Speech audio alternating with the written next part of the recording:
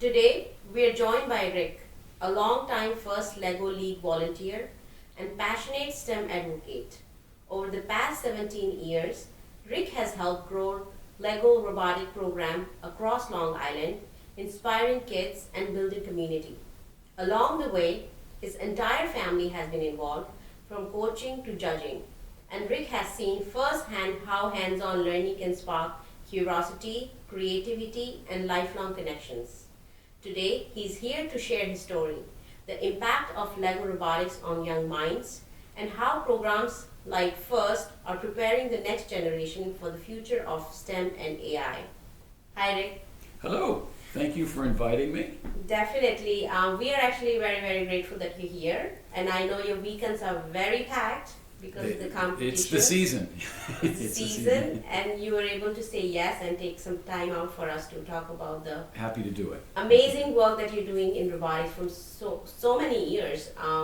You were our personal inspiration.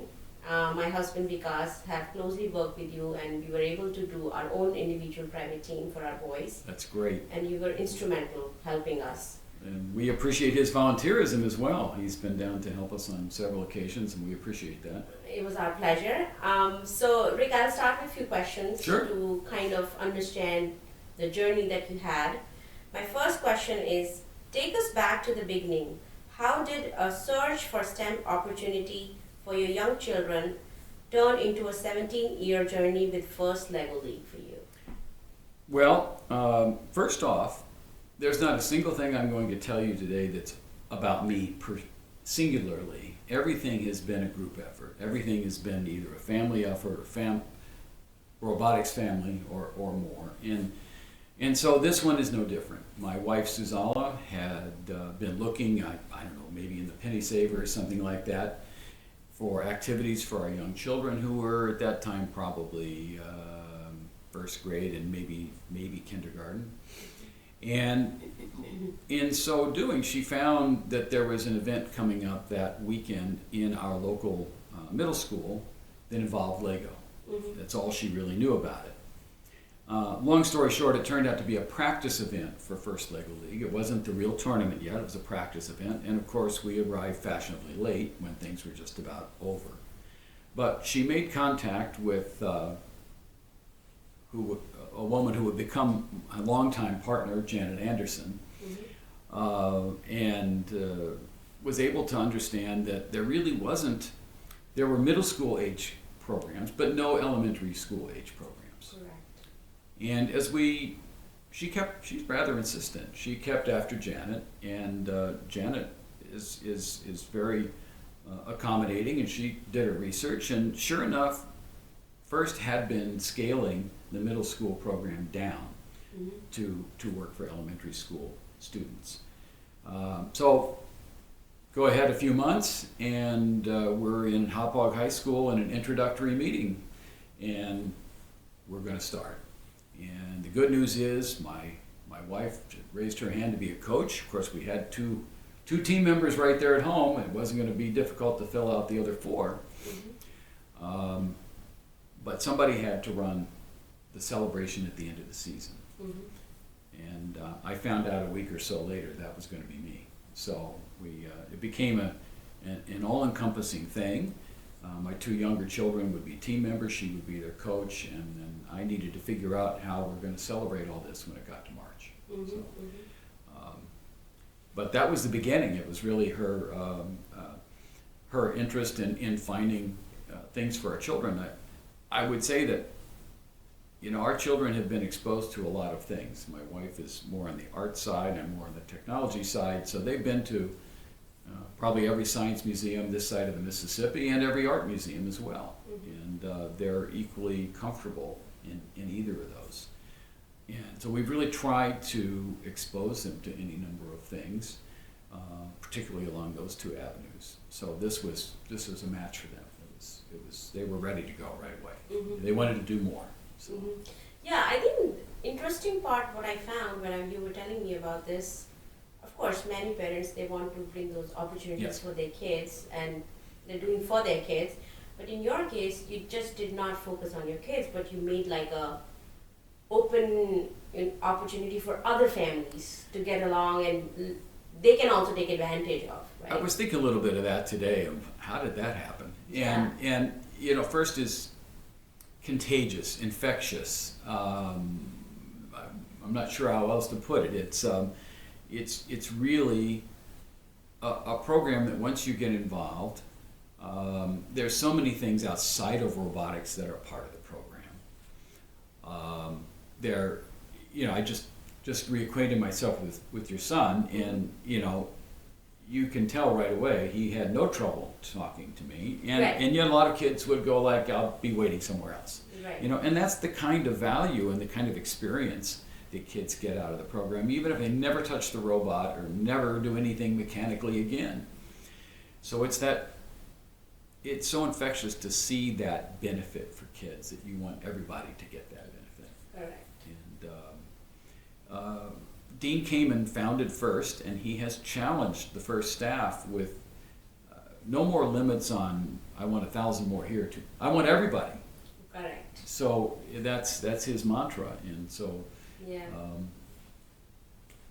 And I think the theme is curiosity. Yes, absolutely, curiosity. Right? You were curious as a family, and then it ended up becoming the whole community also was curious about it, and it became like a movement, I would say that. Absolutely. Yeah. I was lucky. I got involved when the middle school program on Long Island had already been going for about 5 years. Mm-hmm.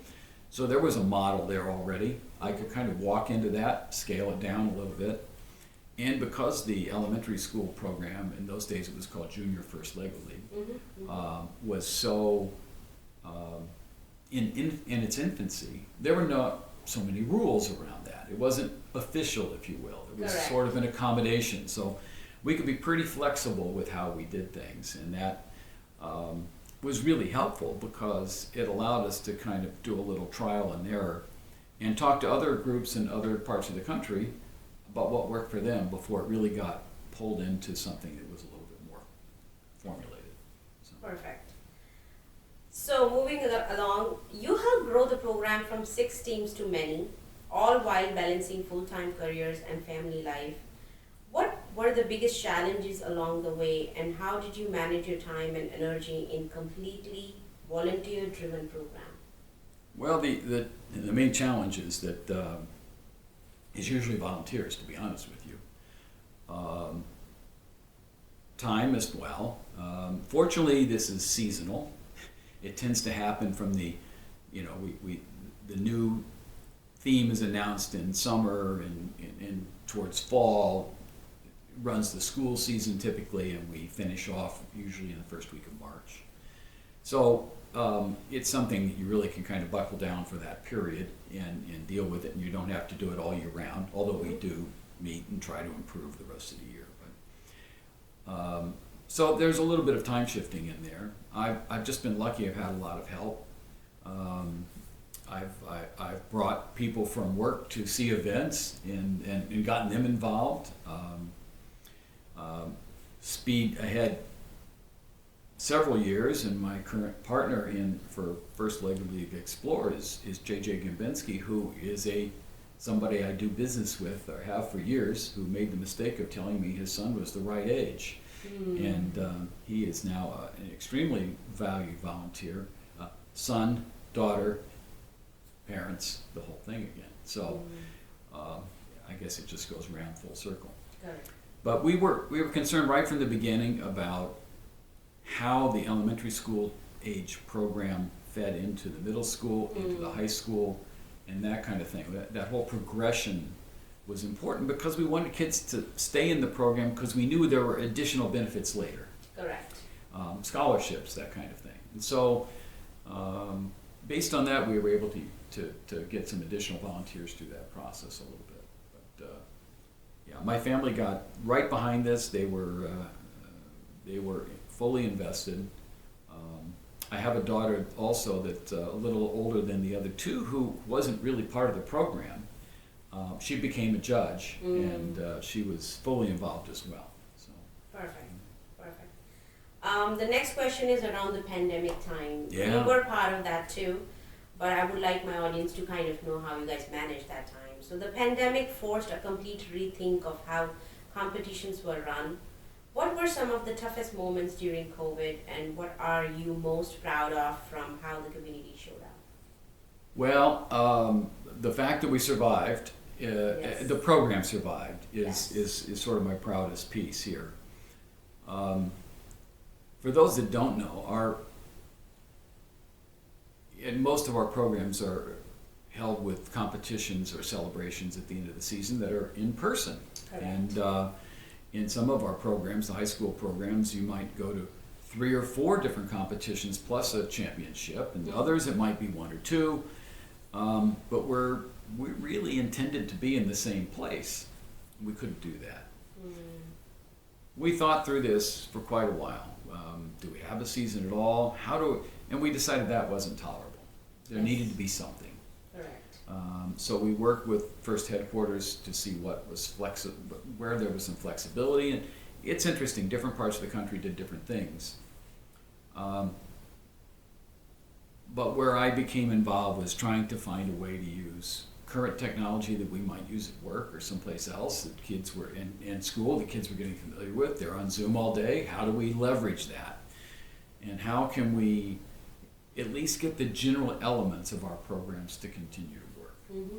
How can we replicate a parade of teams? How can we replicate the experience where a referee inspects someone's movements on a game table? Correct. How can judges work? Well, it turns out judging is pretty easy because a judge in a room and a judge on Zoom is not that distant.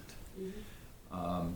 Turns out refereeing is difficult because now instead of watching something live, a referee is going through video after video after video recorded in somebody's basement without adequate lighting, from the wrong angle and this and that, and Figure it out. trying to be fair. Yeah. And the referees had a tough time, but they stuck with it. And then we needed to invent a new role, and I leaned on my kids, who then were part of something we call a student event team, and some others. Just had the great experience this weekend of working with a couple of those kids again, who are now out of college and back, and watching them mature and take over and make things run. Well, that group, some of those kids were in college at that time, and we needed a role to sort of, be the welcoming committee to kids as they moved from event to event. Each one was on a separate Teams meeting or Zoom meeting and this and that, and get them to the right place, and we just needed somebody to organize each of those. Correct. And these kids did it from their dorm rooms. So we invented a new role, and we found that our alumni could really take care of that as well. And I have to tell you that the fact that succeeded at all still surprises me. We had to, we couldn't hold a celebration.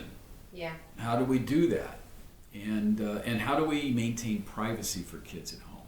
Not every kid's parent wants that kid on Zoom in front of hundreds of other people. So how do we do that? Well, as you have here, we invented a studio at home, and I would stand there and read the opening ceremony or the closing ceremony in front of a bookcase, and then I'd send the video upstairs. My son would edit a while, and we'd trade back and forth, and we had to do this in a short period of time because kids want to know who won. It was fair to want to know those results. So Right. we had a while of cranking those out. So Yeah. Yeah, and I know award show is one of the most exciting part Yes. of it, because Yes. I remember when our team used Yeah. to be part of it, that was like, they would be so excited because they put a lot of effort, yes, almost like 5-6 months of work Right. they have put in, and now it's time to celebrate. And that's one good thing about First is they recognize everybody's effort. yes, Not just the team who has won, but every team will get Yes. some kind of a core value award, yep, which kind of give them so much enthusiasm to do even Yes. next year. yes. So, Yes, our elementary program is not competitive. correct. It's more experiential. It gets to be more competitive at the middle school level, and gets very competitive at the high school level. Yes. But I know this is cliche, but this really is about the journey and not the destination. Definitely. And the kids figure that out. Correct. They want to win. Everybody wants to win. Yeah. The kids figure out that they're getting something out of this, even if they're not at the top of the heap every time. Sometimes parents don't understand that, but the kids understand that. Yeah. So. Yeah, and from parents' perspective, I just want to let you know when we were going through you were handling from the management side, but because we had private teams at home, it was a struggle for us. Yes. But I think the thing which kept us going was the love for Legos. Yes. And the love for first and competing. Even though we would have our team members privately like do a Zoom from their house, and they were working together. Sure. None of the kid I found was not feeling like doing it. Right. And I think that really kept us going as well. Yes. Yes. Oh, I'm sure that I can't even imagine how you keep a team together in that situation. Right. Yeah. I mean, in the later parts of this, some school teams were sort of meeting carefully. Yeah.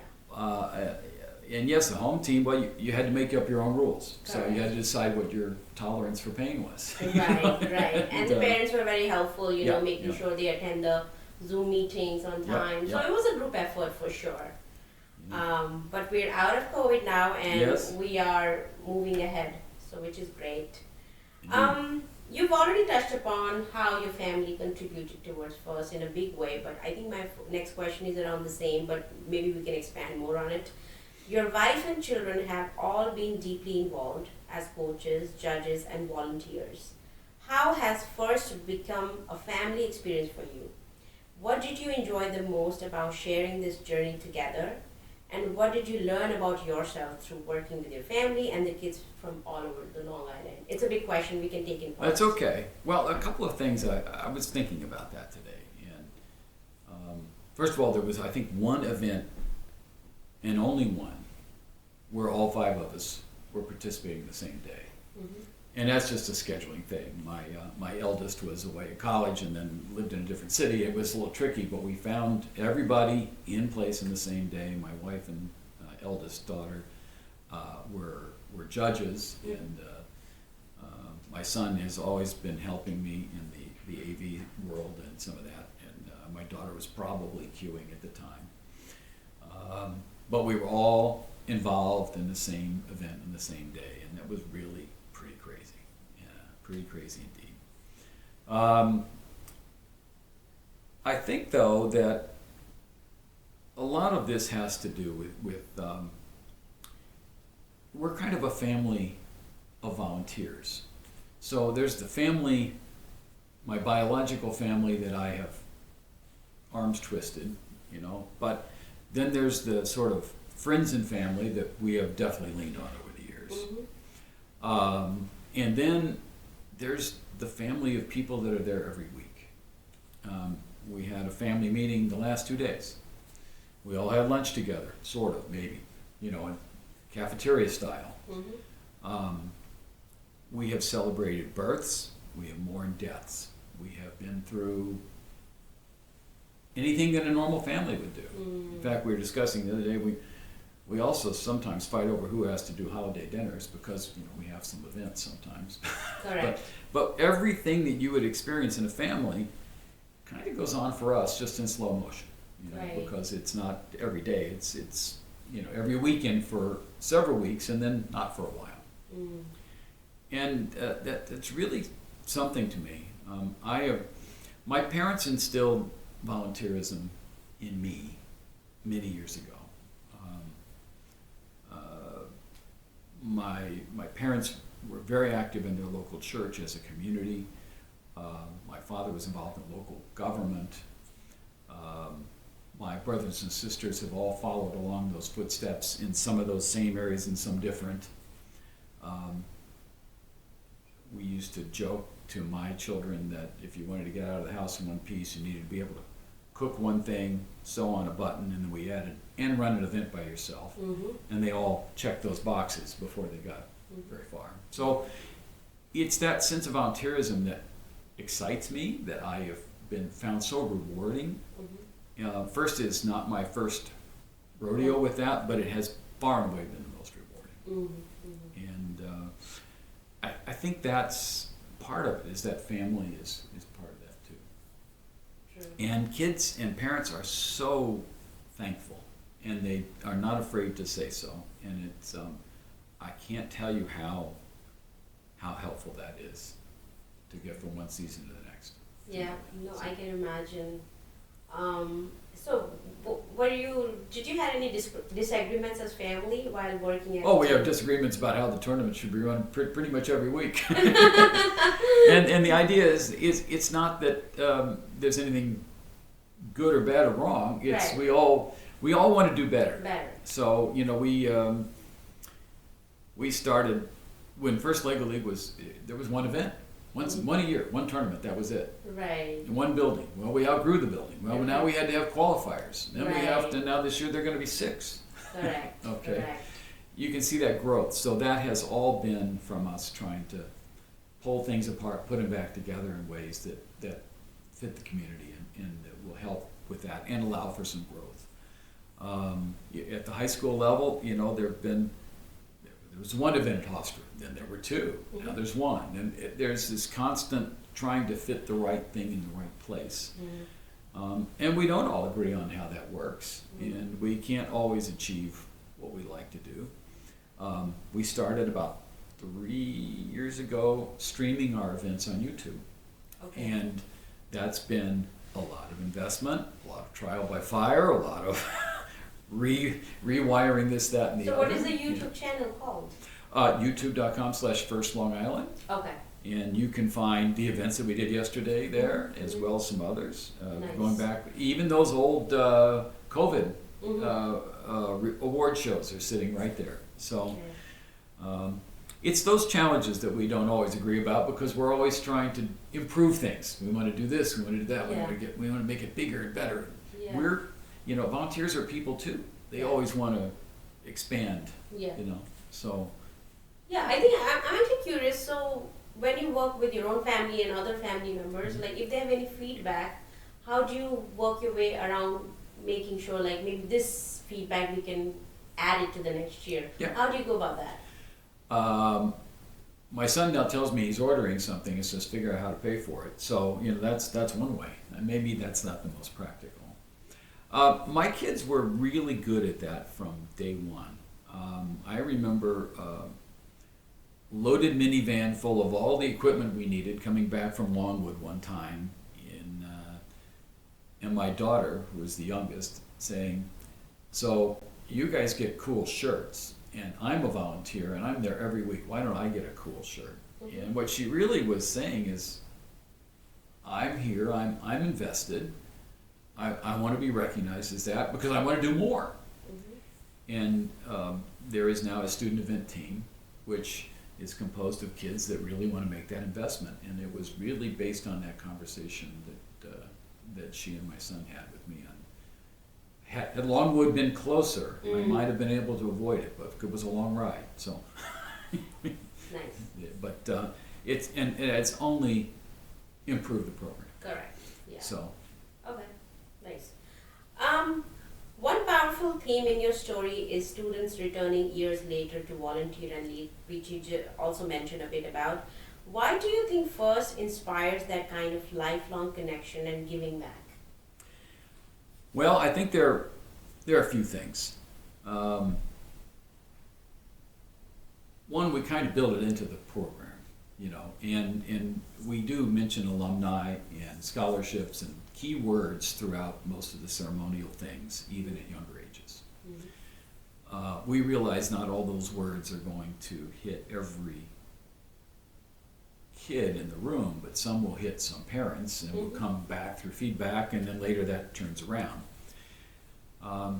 We also encourage kids to, sometimes kids are like, "I want more of this." Well, you can have more. You can just stand over here instead of over here. Come join us on this side of the bleachers. And we get some of that, and they kind of get hooked on that. It's interesting. We get kids of high school ages that have not been through the program necessarily, but have had brothers and sisters or parents that have, and they come in and now they want to volunteer because some of the jobs that we have from a volunteer point of view are interesting. Right. So there's that.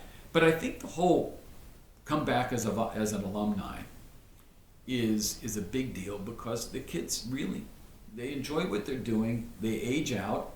They go get other interests in college and things. They come back, and now they kind of want to relive that, but they now know that they can do a lot more, some other things. I see it in my own kids, but boy, I sure saw it this weekend. When my son Logan and Riley, one of those student event team members who came back, particularly stepped up, and we needed to consolidate a schedule yesterday, and they got up there and expedited things in a way that was pretty incredible, and didn't break a sweat doing it. Yeah. And didn't feel the least bit of unqualified to do it. They were confident. They were on the job. They did it kindly, and probably set some new time records. Yeah, and I think the fresh, young energy that they bring is really Yes, incredible. absolutely. And because they have a different lens to see the program, and they can always, like, what they bring is amazing, I'm Right. sure. It's also interesting from where I sit, as I see some of these kids once a year, Right. maybe for 3 or 4 years, maybe for 8 or 10 years, it depends. Right. I saw a couple yesterday that I've seen throughout their high school careers, but I see them 2 or 3 times a year. But we sort of know who each other are, and you can see the maturity. You can see that happen. I remember also my daughter, when she was in elementary school, going out to help one of her teachers. It started, this is how infectious it is. One of her teachers started a team, Right. and wanted my daughter to come out and kind of make sure they were prepared. So she did. Well, that one of the kids that she helped prepare was a senior in this Saturday's tournament. So it goes around quickly. Yeah. And it's very interesting to see, like, how your parents embedded that volunteerism in you. Yes. Is now not just restricted to your family, but now it's already expanding to Yes. these kids. Yes. And they're not really doing because their parents are pushing them to do No. it. They're doing it because out of love they had, and the experience they had, and the connection they made. Yep. So it's great to see the expand of it.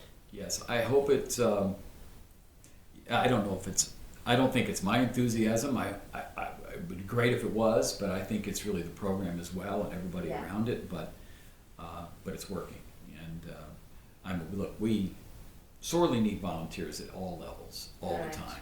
Correct. But I don't want anybody to think that we're all set. We're never all set. Never. Yeah. But the core group of alumni that keep coming back, Mm-hmm. and when one of our alums says they can't work on a certain day, and you ask why, it's because they volunteered for 2 other tournaments on the same day. Correct. It's Yeah. not because they don't want to. Correct. You know. Yeah, that's true. Okay, moving towards the next question. How is FIRST evolving its programs to prepare kids for the AI wave? As you know, everybody's talking about AI.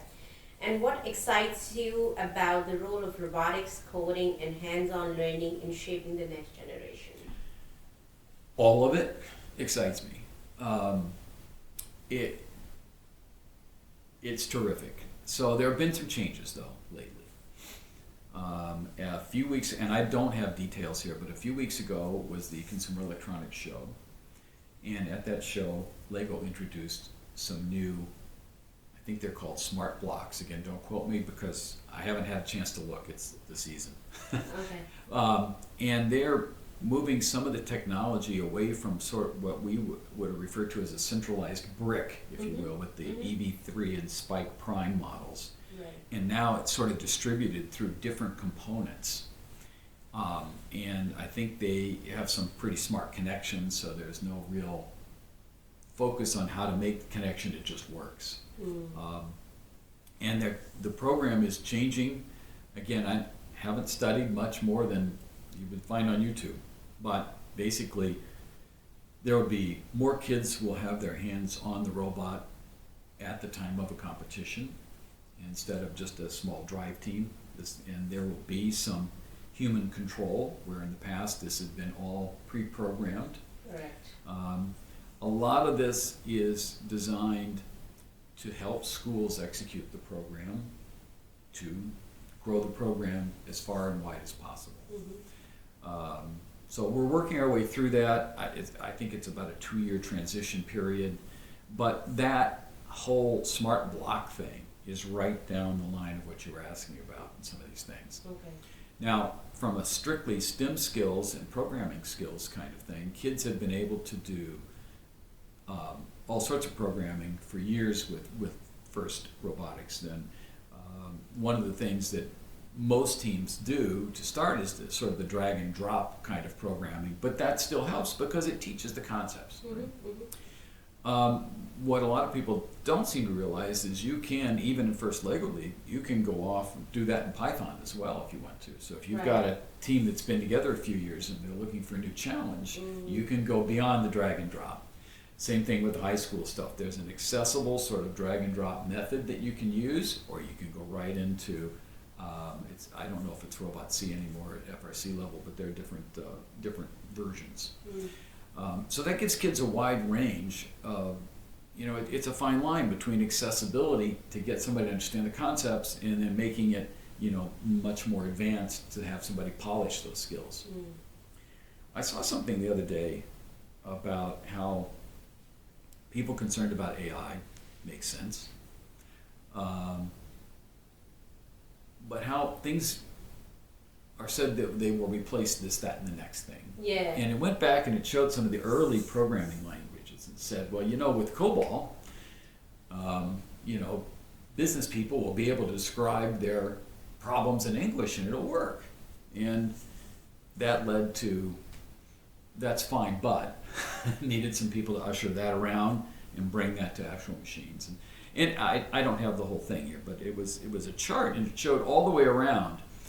And one that I live every day at work is where we have sort of low code, no code applications where people now can do a lot of things themselves that they used to need a developer to do. Yeah. But here's the thing. They're business people that are thinking of scaling businesses. They're not thinking of scaling applications. And there's a different story there. So once it's past the 5 or 10 people in the team, and then, and the next team and the next town wants this and this and this, and somebody wants to roll it all up, all of a sudden it's real work. And it's not quite as low code as it used to be. Nothing wrong with low code. Low code is great. It has exposed a lot of people to a lot of things.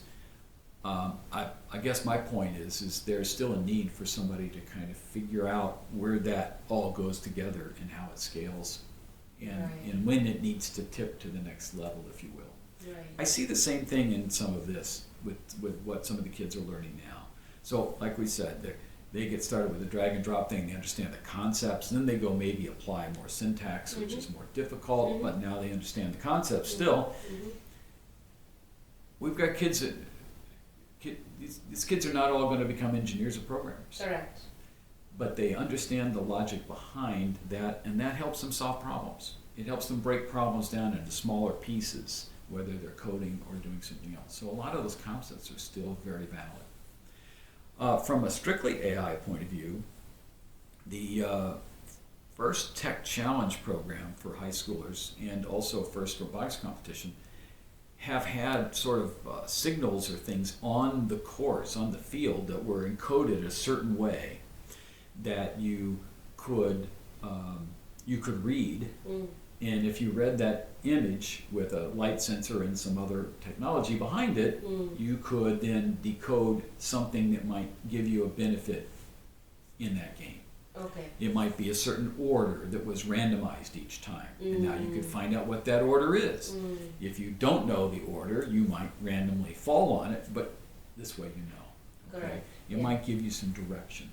And even First Lego League in its infancy had a black line on the field, and you could program a line follower. So yes, you had to program it. It wasn't AI, but it could be. Correct. And the same concepts apply. So I think that kids are also, I think the other thing to remember about FIRST and AI that's just occurred to me is, through the middle school programs, there's a research element. Right. Kids go off and research something. This year it's about archaeology. All right, they're expected to come to judges, and by the way, there are more awards associated with non-robot things than there are with robot things at first. So they pay attention to these research projects. Well, if they go out and do this all in AI, they're going to get results that they have to learn to sift through. They're going to have to go through that process of understanding what's valid, what's not valid. So if they do it that way, they now at least are being exposed to that process of sifting and validating. Correct. And in today's world, you need that simply to watch the news. Right. So I hope that those skills are leading down that way. I'm not sure that's the area you expected to talk about. No. I think this is perfect. I think basically what you're saying, what I understood is like AI and human intervention will go hand in hand to fill in those gaps because AI cannot do everything. Right. And as humans, we are making our technology so advanced that we're taking help from technology like AI to take away the mundane work, but focus on maybe the gaps that we really need to focus on. And having these skills and the program knowledge will really make these next generation be ready to work along with AI. Right.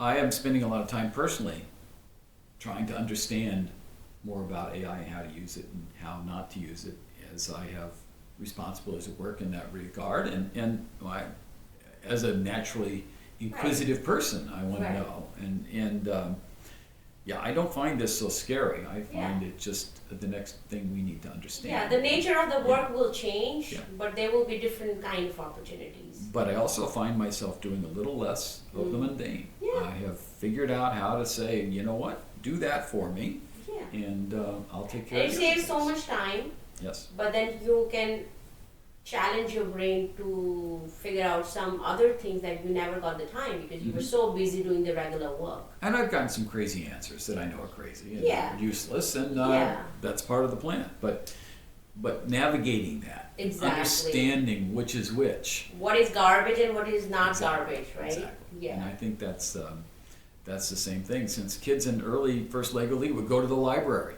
you know, and now they may not leave home and you know, okay, use the web. That's great, but you need that skill to understand what's there. Perfect. No, thank you. Okay, so we actually had the last question. It went by very quickly. Looking ahead, what are the most urgent volunteer needs today? I know you've been talking about how volunteerism is really needed with Lego. How are you thinking about marketing and outreach to attract new teams and supporters? And what are your future plans for growing and sustaining the program? Good questions. And I'll tell you ones that I have not been doing such a good job on. So we do need to market things a little bit better. We're not trying to be a secret. We just need more help. And so those are really two sides of the same question to me.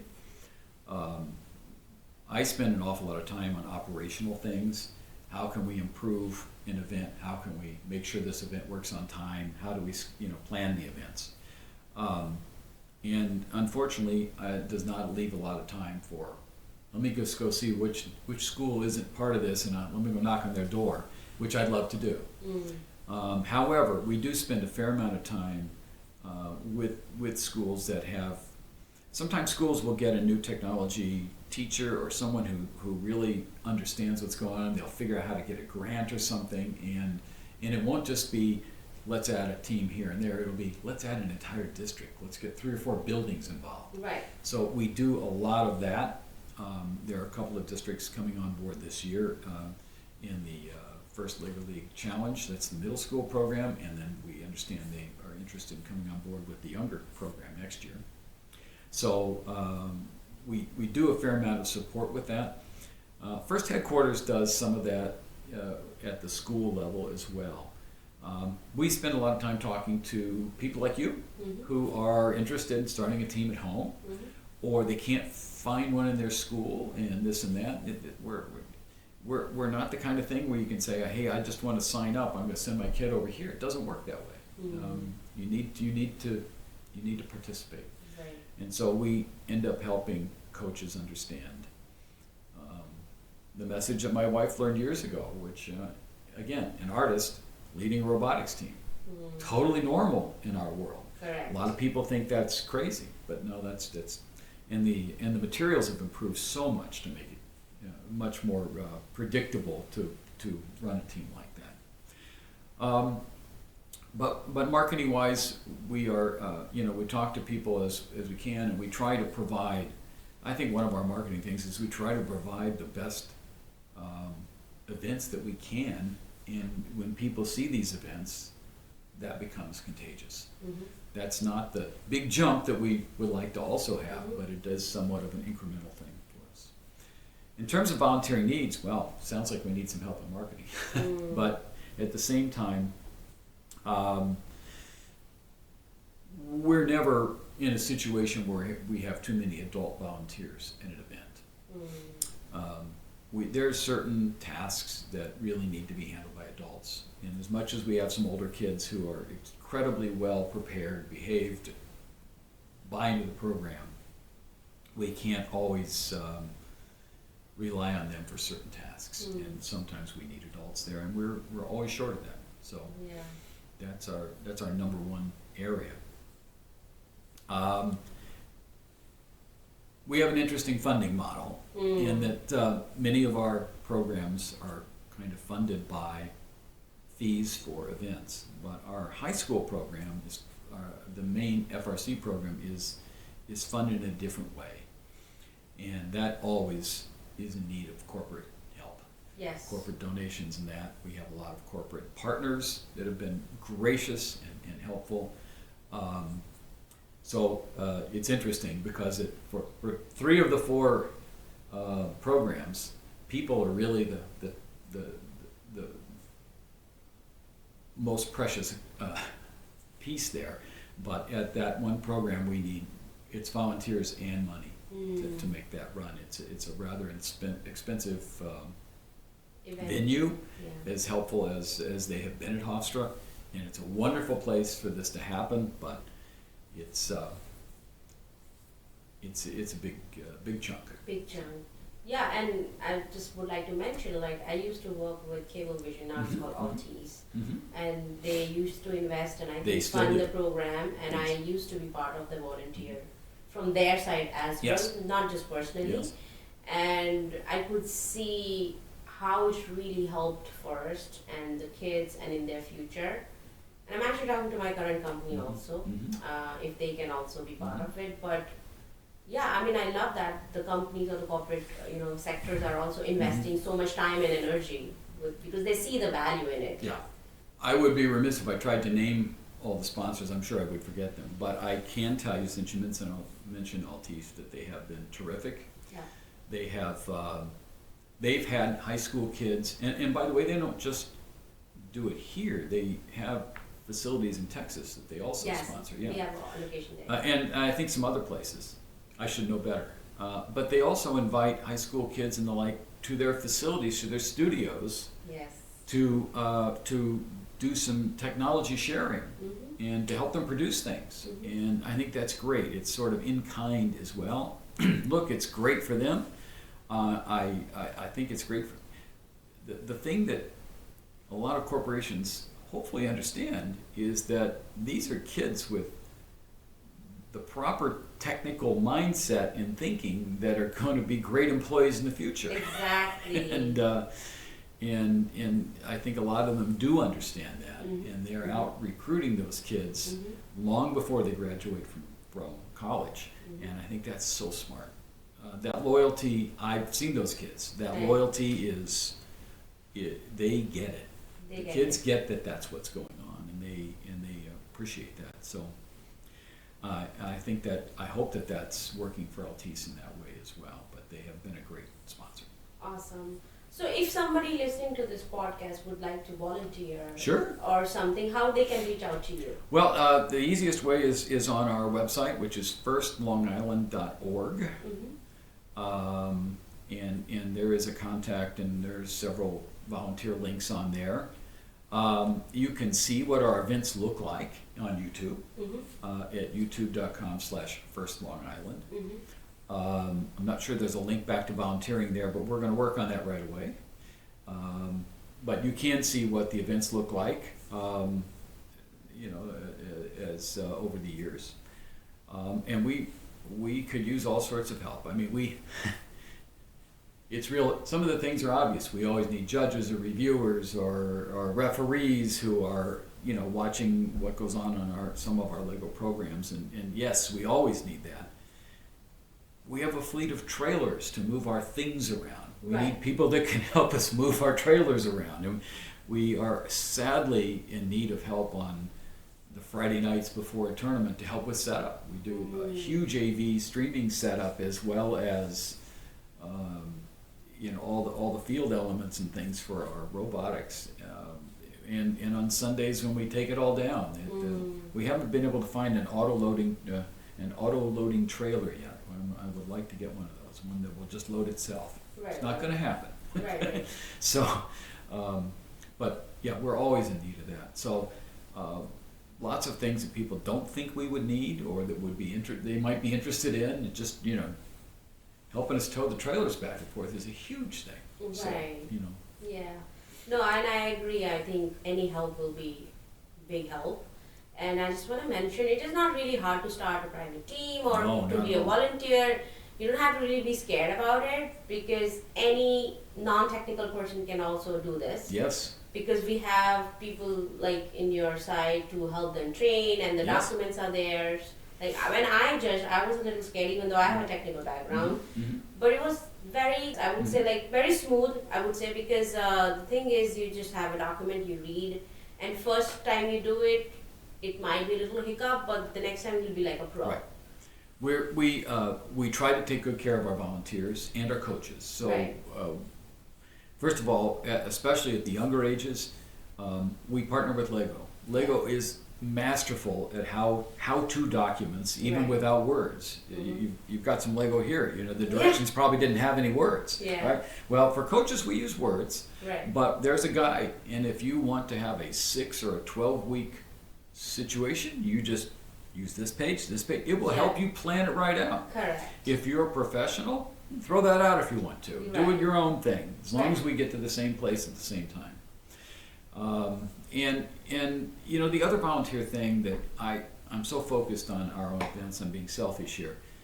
Our teams always need help too. Yeah. Our high school teams can have mentors, and this is where kids, at the younger ages, the kids do all the work themselves. When you get into high school, we still certainly prefer that, but you'll have somebody machining a part, and maybe you'll have a mentor machining a part right next to them, and they'll work together a little bit on that. So you've got that training going on too, that really hands-on stuff, and that's so valuable. Right. And you see your part work on that robot and went out there, look at that. I mean, I made that.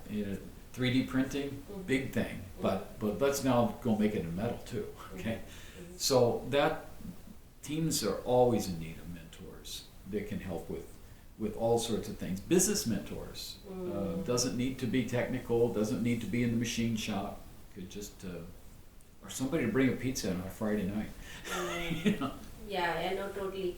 And personally for me and my family, I think the Lego was so instrumental in building our community connection because we were able to meet for these 5-6 months with these kids from different ethnicities because we are like we are immigrants here and we didn't know how to navigate through American culture and everything. So that played a big role, like Lego really played a big role for us to get connected with parents who are not, like who are here, who are Americans, and get an ease out there for us to communicate and create that family bond with them. And we got along so well, and now they're our lifelong friends. Yes. And it really built the confidence, to understand the kids and like learning it together. There was a trust being created, and of course we had so much fun at the end of the day. So we really thank for this opportunity personally. And at the end, I just want to say that if you give a goal, a robot, and a community to a kid, I think they will never be afraid of technology. True. Rather, they will use the technology to shape the world for better. And I think that's exactly what FIRST is doing. I think so. Dean Kamen has I don't often quote Dean, but Dean has a quote that I think fits here too. See if I can get it right. I think he says, people think that FIRST has kids building robots, but it's actually robots building kids. Correct. And I think that is absolutely on point. Yeah. Well, thank you, Rick. Thank you very much for the opportunity. No, so grateful and so thankful that you came and you shared your so many good things that we can have everybody hear and listen and learn. I appreciate it. And come on out and see us. Yes, definitely. Thank you.